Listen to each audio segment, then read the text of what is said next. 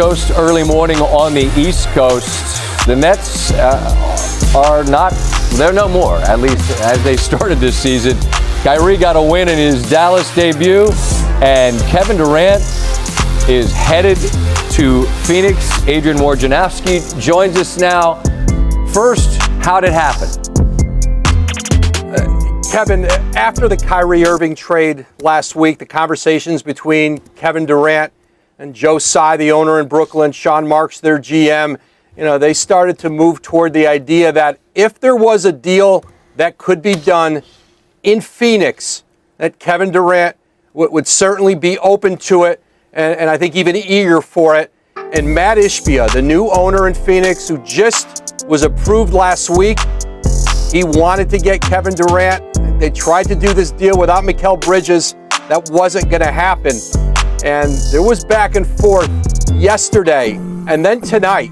And there was a thought tonight that maybe they would carry this conversation over to tomorrow. The Suns were looking at some other trades out in the marketplace. But what got it done, Mikal Bridges in this deal, 4 unprotected first-round picks, a pick swap, all going back to the Nets for Kevin Durant, and just a remarkable deal for the Suns. Now they pair Kevin Durant with Devin Booker and certainly Chris Paul, and this is a team in the desert that certainly is going to have some immediate championship aspirations. And finally, the Brooklyn Nets, that great experiment, Kevin Durant, Kyrie Irving, James Harden, it is finally over. And this is an organization that is ready to hit the reset button. They get back the multiple picks here. But I think Matt Ishbia, the new owner in Phoenix, he wanted to come in and make a splash, and he's done it. Kevin Durant is a Phoenix Sun. Yeah, that's a cannonball off a very tall building in terms of the splash. And earlier in the show, Woj, we show how jumbled up the West is.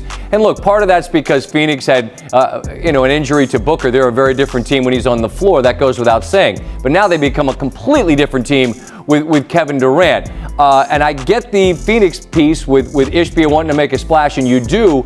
From Brooklyn's perspective, you called it the great experiment. That's one way to put it.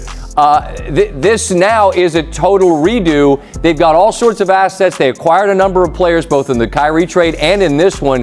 How are they collectively viewing where they sit now? Not what happened, but where they sit right now. Yeah, well, certainly it's not a team that is a contender anymore. They wanted to still be a contender around Kevin Durant.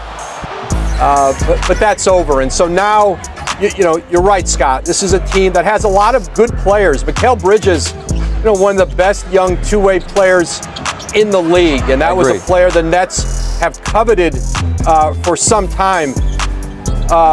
Jay Crowder is in this deal. You could expect certainly that Nets may have some conversations with some teams tomorrow. There's great interest in Jay Crowder around the league. The Bucks have been trying to get him for months. Certainly some conversations there, but the Nets still have some time here, the trade deadline, to keep reshaping this. But I think once the Kyrie Irving trade happened, and this was a team that Kevin Durant was ready to move on from, his eyes had been on Phoenix since his trade request last summer. And I think for